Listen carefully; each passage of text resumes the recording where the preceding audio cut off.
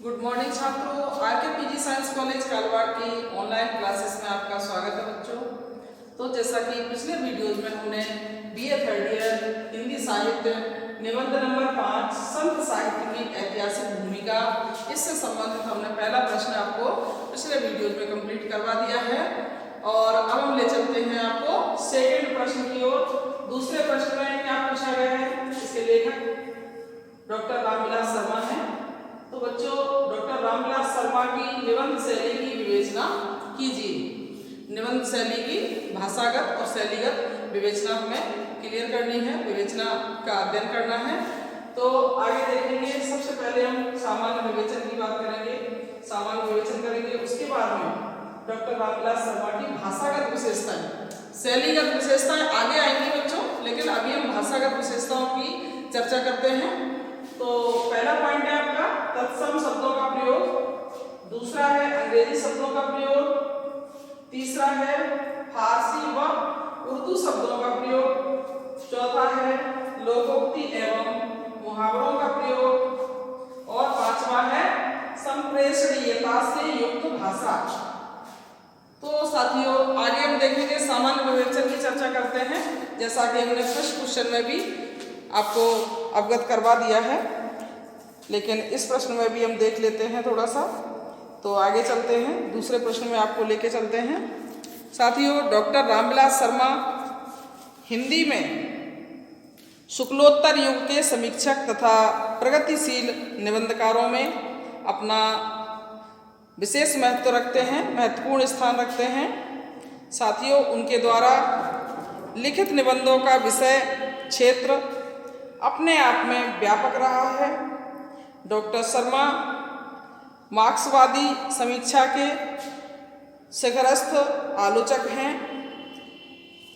उनकी समीक्षा की मुख्य देन यह है साथियों कि उन्होंने प्रगतिशील तथा प्रतिक्रियावादी तत्वों की पहचान कराने की एक दृष्टि दी। साथियों, हिंदी साहित्य को नवजागरण तथा हिंदी जाति की अस्मिता से जोड़ा। इसीलिए उनके द्वारा लिखित निबंधों में समीक्षात्मक निबंधों की संख्या अधिक है। बच्चों, उनका प्रत्यक्ष संबंध तो अंग्रेजी साहित्य से ही रहा है। इनके द्वारा रूसी साहित्य की कृतियों पर भी निबंध लिखे गए हैं। डॉक्टर शर्मा ने हिंदी जगत में आलोचना साहित्य को एक नवीन रूप प्रदान किया है। उनका प्रगतिशील दृष्टिकोण उनकी रचनाओं में स्पष्ट झलकता है साथियों। तो उनके द्वारा लिखित साहित्यिक समीक्षाओं में उनके प्रखर व्यक्तित्व, निर्भीक निर्णय, स्पष्टवादिता, कल्पना शक्ति आदि के दर्शन होते हैं। तो आप भारतेंदु युग के विशेषज्ञ हैं, तो निराला साहित्य के गहन अध्येता भी हैं। उनकी निबंध शैली की विशेषताओं को इस प्रकार विवेचित किया जा सकता है। बच्चों, देखेंगे डॉक्टर रामविलास शर्मा की भाषागत विशेषताएं। पहले पॉइंट पर चलते हैं। तो साथियों, रामविलास शर्मा प्रगतिशील दृष्टि के धनी आलोचक हैं। उनके निबंधों की भाषा केवल संस्कृत निष्ठ नहीं है। उनके निबंधों की भाषा विषयानुकूल, व्यवहारिक, सरल और सुबोध भी है। उनके निबंधों की भाषा की विशेषताएं निम्न प्रकार हैं, जैसे कि पॉइंट नंबर 1 पर चलेंगे, तत्सम शब्दों का प्रयोग। इनके निबंध में तत्सम शब्दों का प्रयोग किस प्रकार हुआ है बच्चों, देखेंगे आगे। तत्सम शब्दों का प्रयोग, शर्मा जी ने अपने निबंधों में तत्सम शब्दावली का प्रयोग विषयाधार पर किया है, विषय का आधार। लेकिन इन्होंने अपने निबंधों को बोझिल बनाने की दृष्टि से तत्सम शब्दों का प्रयोग नहीं किया है, अपितु भाषा में वरेण्य विषय की अभिव्यक्ति के प्रवाह में अनायास ही, अचानक, अनायास ही,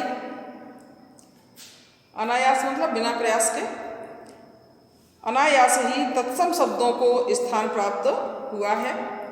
साथियों, आपने स्वयं पांडित्य प्रदर्शन की दृष्टि से जबरदस्ती शब्दों को ठूसने का प्रयास नहीं किया है। प्रस्तुत निबंध में यदि देखा जाए तो तत्सम शब्दों का बहुत ही कम प्रयोग हुआ है। ये था साथियों आपका पहला पॉइंट, तत्सम शब्दों का प्रयोग। अब हम चलते हैं दूसरे पॉइंट पर, चर्चा करते हैं अंग्रेजी शब्दों का प्रयोग इन्होंने किस प्रकार इनके निबंध में हुआ है, देखेंगे आगे। दूसरा पॉइंट, डॉक्टर शर्मा निबंधों की भाषा को क्लिष्ट बनाने के पक्षपाती न होकर भावबोध के आधार पर सहज शब्दावली के प्रयोग के ही पक्षपाती रहे हैं। बच्चों, इसीलिए इनके निबंधों में अंग्रेजी भाषा के शब्दों का प्रयोग सहजता से हुआ है। आप प्रगतिवादी दृष्टिकोण के साहित्यकार रहे हैं, अतः भाषा के प्रयोग में भी आपका दृष्टिकोण प्रगतिवादी ही रहा है। अतः दैनिक व्यवहार में प्रचलित विदेशी भाषा के शब्दों को आपने स्वाभाविक रूप से स्थान दिया है, जैसे कि आगे देखेंगे road, boycott, editor, society, tradition, programme, renaissance इत्यादि। साथियों, इस प्रकार के कुछ शब्द अंग्रेजी शब्दों का प्रयोग भी इन्होंने किया है। अब हम चलेंगे तीसरे पॉइंट पर, चर्चा करेंगे। तीसरा पॉइंट है आपका उर्दू व फारसी शब्दों का प्रयोग। तो आगे देखेंगे तीसरा पॉइंट, तीसरे पॉइंट में क्या है। डॉक्टर रामविलास शर्मा ने अपने निबंधों में अंग्रेजी भाषा के शब्दों के प्रयोग के साथ ही फारसी और उर्दू के शब्दों का भी प्रयोग किया है। तो फारसी और उर्दू भाषा के प्रयुक्त शब्द इनके निबंधों में कथ्य के अनुरूप प्रयुक्त हुए हैं, जैसे कि उदाहरण तौर पर हम देख सकते हैं। जैसे इन्होंने जिन शब्दों का प्रयोग किया है उनको देखेंगे आगे। मिसाल, कमजोर, पहलू, खिलाफ, किलेबंदी, दावा इत्यादि। साथियों, ये आपका तीसरा पॉइंट उर्दू और फारसी वाला कंप्लीट होता है। अब हम चलते हैं पॉइंट नंबर 4 की बात करते हैं। पॉइंट नंबर 4 है लोकोक्ति एवं मुहावरों का प्रयोग। तो बच्चों, इनके निबंध में लोकोक्ति और मुहावरे अनायास आ जाते हैं और इन्होंने कोई इतना प्रयास नहीं किया है इनको लाने के लिए, लेकिन फिर भी अनायास आ ही जाते हैं, देखेंगे आगे। बच्चों, डॉक्टर रामविलास शर्मा ने अपने निबंधों में कथन को प्रवाहपूर्ण बनाने की दृष्टि से लोकोक्ति और मुहावरों का भी प्रयोग किया है। प्रयुक्त लोकोक्तियाँ और मुहावरे भावबोध में सहायक सिद्ध हुए हैं। उदाहरण के लिए प्रेमचंद्र ने उन लोगों को कड़ी फटकार बताई जो उस गुलामी पर नाज करते थे। साथियों, उन्होंने तमाम अंग्रेजी भक्तों पर घड़ों पानी उड़ेलते हुए कहा था। क्या कहा था, देखेंगे आगे। प्रेमचंद का स्वाभिमान यह देखकर तिलमिला उठता था कि गुलाम देश के बुद्धिजीवी अपने मालिकों की भाषा पर अभिमान करते हैं। देखा साथियों, तो डॉक्टर शर्मा लोकोक्ति और मुहावरों का भी इन्होंने प्रयोग अपने निबंध में किया है।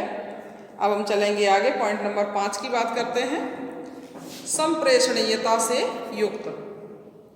साथियों, डॉक्टर शर्मा ने निबंधों की यह एक सबसे प्रमुख विशेषता है उनके निबंधों की कि उनके निबंधों की भाषा सरल, सुबोध और संप्रेषणीयता के गुणों से युक्त है। उदाहरण के लिए हम कुछ पंक्तियों का अवलोकन करेंगे साथियों, देखेंगे। प्रेमचंद ने राष्ट्रभाषा और हिंदुस्तानी के संबंध में जो उदाहरण दिए थे उनमें एक तरफ तो साम्राज्यवादियों की गुलामी के हर रूप में बेहद नफरत जाहिर होती है और दूसरी तरफ हर जगह यह दृढ़ विश्वास जाहिर होता है कि हिंदी और उर्दू एक ही कौम की जुबान है और उनका एक होना लाजमी है। साथियों, डॉक्टर विलास शर्मा की भाषा स्पष्ट, सहज, सरल, संप्रेषणीयता के गुण से पूरित है और ओज गुण से युक्त है। साथियों, उन्होंने अपने निबंधों में व्यवहारिक शब्दावली का प्रयोग किया है। ये हुई आपकी भाषागत विशेषताओं की बात। अब हम ले चलते हैं साथियों आपको डॉक्टर रामविलास शर्मा की शैलीगत विशेषताओं की ओर। तो देखते हैं आगे शैलीगत विशेषताओं का अध्ययन करते हैं। साथियों, डॉक्टर रामविलास शर्मा की शैलीगत विशेषताएं, जैसे कि पॉइंट नंबर 1 प्रवास शैली, पॉइंट नंबर 2 व्यंग्यात्मक शैली, पॉइंट नंबर 3 उद्धरण शैली, पॉइंट नंबर 4 लघु वाक्यावली का प्रयोग, पॉइंट नंबर 5 समीक्षात्मक शैली, पॉइंट नंबर 6 इतिवृत्तात्मक शैली, पॉइंट नंबर 7 निगमन शैली और निष्कर्ष। तो बच्चों आगे देखेंगे हम। सबसे पहले सामान्य विवेचन करते हैं, उसके बाद में शैलीगत विशेषताएं आपको बताई जाएंगी। तो साथियों, निबंधकार डॉक्टर शर्मा के निबंधों की भाषा की तरह ही उनकी शैली अनेक विशेषताओं को लिए हुए हैं, जो उनकी विशेषताएं निम्न प्रकार हैं। पहला पॉइंट जैसे कि प्रवाह शैली। साथियों, प्रवाह शैली में डॉक्टर शर्मा ने अपने निबंधों में प्रमुख रूप से इस शैली को अपनाया है। इस शैली में डॉक्टर शर्मा जिस गति से अपने निबंध में आगे बढ़े हैं उसमें उन्होंने अपनी निरंतरता को बनाए रखा है। साथियों, उदाहरण के लिए इन पंक्तियों को देख सकते हैं। कौन सी पंक्तियां हैं? जैसा कि इन्होंने पंक्तियां लिखी हैं। हिंदुस्तान में कौम की एकता में हिंदी उर्दू का विवाद एक बहुत बड़ी बाधा बना हुआ था। प्रेमचंद इसके लिखने वालों को दो कौमों के लेखक नहीं मानते हैं। वे उन्हें नज़दीक लाना चाहते थे जिससे कि एक मिलीजुली साहित्यिक भाषा का चलन हो सके। साथियों, ये थी उनकी प्रवाह शैली। अब हम बात करेंगे दूसरे पॉइंट की, व्यंग्यात्मक शैली। बच्चों, डॉक्टर शर्मा के निबंधों में व्यंग्य शैली का भी गहरा पुट दिखाई देता है। यह हास्य या विनोद रूप जब व्यंग्य करने के लिए छटपटाता है तो उसकी तीक्ष्णता क्रोध की ज्वाला में बदलकर प्रकट होती है।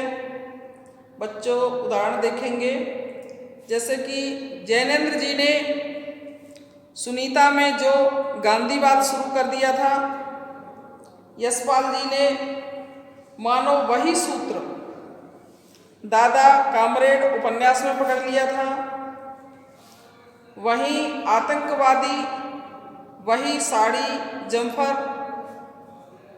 उत्तर परिस्थिति, ये थी उनकी व्यंग्यात्मक शैली। वही आतंकवादी वही साड़ी जम्फर उत्तर परिस्थिति।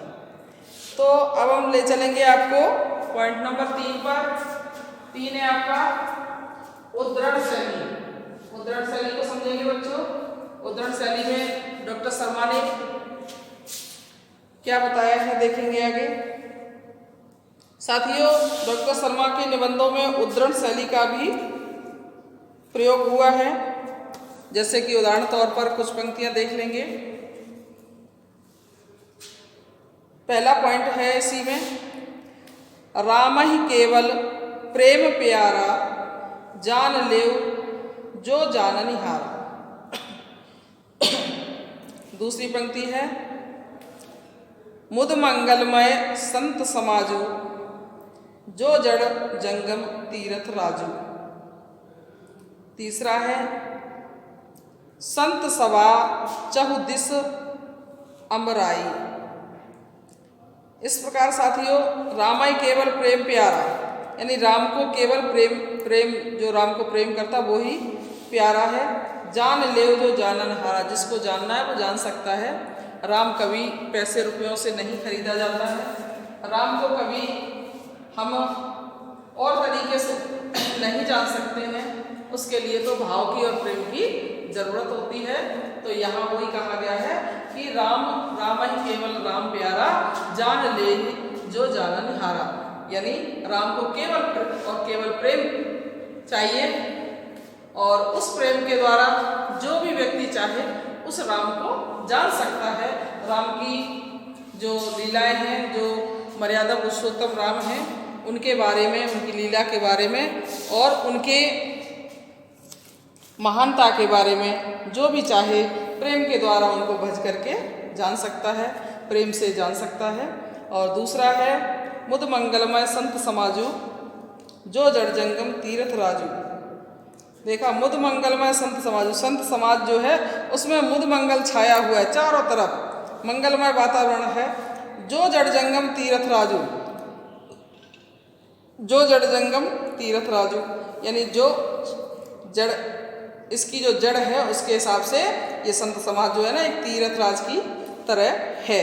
मुद मंगलमय यानी चारों तरफ उसके मंगलमय खुशहाली छाई हुई है, सामाजिक तौर पे और अंतरात्मा की तौर पर और भक्ति के तौर पर।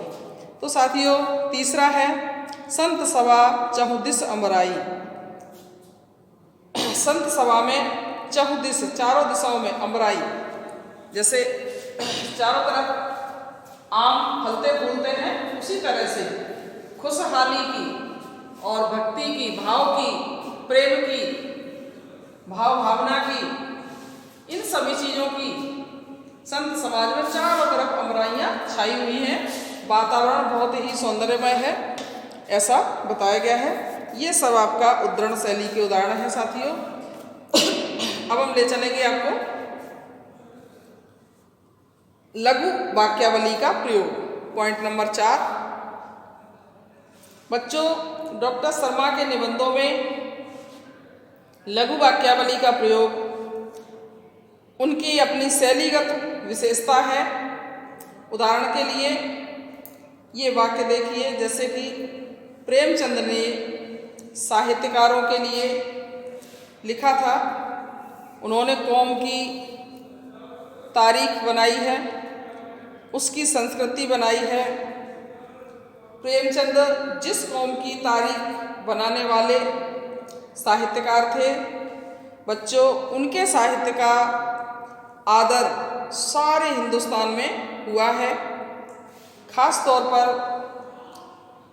तौर से वे हिंदी भाषी जाति के लेखक थे।